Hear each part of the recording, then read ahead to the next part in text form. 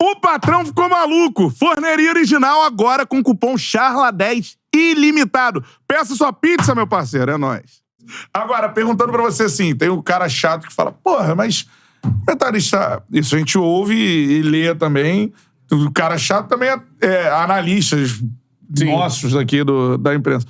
Comentarista de arbitragem passa pano pra juiz. Corporativista. Corporativista. O que tu acha disso? Eu acho que, na verdade, a gente tem uma visão diferente porque a gente já esteve dentro de campo. Então, às vezes, acontece uma situação. E, vamos supor, um lance pra cartão amarelo. Que você sabe que é pra amarelo. Só que, pro jogo, se o árbitro der amarelo, ele vai acabar com o jogo dele. Então, a gente tem esse sentimento porque a gente já teve ali dentro. A gente sabe como que é esse controle de jogo. E que, às vezes, você tem que levar mais pro espírito do jogo do que propriamente pela regra no e cru, assim, né? Sim. Porque se o árbitro tá com a regra embaixo do braço o tempo inteiro, o jogo vai expulsar todo mundo. Vai ter que ser amarelo pra todo mundo o tempo inteiro. Então, existem formas de você conversar, de você prevenir, de você agir, que só quem passou por isso consegue Percebe identificar. ali na hora, né? Consegue identificar. Só que quem não passou por isso não aceita, entendeu? Por quê? Porque não tem essa outra leitura, né? Não tem essa outra perspectiva. Então a galera fala, é corporativismo. Não, mas, cara, a gente já passou por isso, entendeu? A gente sabe o que é. Então, a gente tem essa outra visão. E de árbitro reclamar com vocês, assim, acontece pra caramba? Olha, a gente perdeu alguns amigos. Não quero falar não, mas... Não quero falar não, mas assim, tem uns 5 aí que não falam. Não, tô brincando. Eu acho que... Tem entendimento. Não, é claro que tem gente que não gosta, né? De que você fale, ainda mais dependendo da situação. Porque, querendo ou não, é o que a gente tava falando. Cria polêmica, gera uma polêmica, gera repercussão. E o árbitro foge disso, né? O árbitro quer sempre fazer uma arbitragem que ele não apareça. Que nem não falou o nome do árbitro. Exatamente. Foi 100% o jogo. Foi nem mencionado, é o grande jogo. Exato. E aí, obviamente, a gente tá ali, a nossa função é aquela. E eu acho que eles ficam chateados, porque, de certa forma, a gente, né, conhece alguns, já trabalhou com alguns, alguns participaram do processo de formação, já fiz curso com alguns, entendeu? Sim. Então, assim, isso... Pô, Fernando, logo você tá me marretando aí na TV. Aquele dia eu te passei qual era a questão da prova de regra.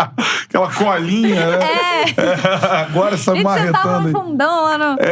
Mas até aproveitando esse lance de cobrança, de quem tá na ativa ainda, porque isso, a gente ouviu muito sobre isso pra galera que joga futebol, né? E que vai comentar. Tem comentarista que virou pessoa não grata pelos jogadores. Outros que, os jogadores adoram, enfim. Até acho que foi o UOL que fez uma eleição ano passado, né? Comentarista mais querido e mais odiado. Sim. Mas em relação, assim, se você pegar pra falar, Fernanda, na sua opinião, o nível da nossa arbitragem... Aqui tem que tá falando fora do ar a nossa arbitragem é sempre ruim, né? Assim, você vai criticar mais porque mexe com o nosso coração e tudo mais. Mas você tentando fazer uma análise fria de quem teve lá dentro, aí você pode somar tudo, pode somar por condições que são dadas versus qualidade, e aí geramos o quê? Uma arbitragem de qualidade, média, em crescimento? O que você acha? Olha, é o que você estava falando, né? O cálculo é esse mesmo, assim, se a gente olhar tudo que é oferecido para os árbitros, a gente ainda tem um saldo positivo, sabe? Porque, de fato... No Brasil, né? No Brasil. Porque a estrutura não é a melhor do mundo, não é... A gente... ainda os nossos campeonatos são campeonatos difíceis.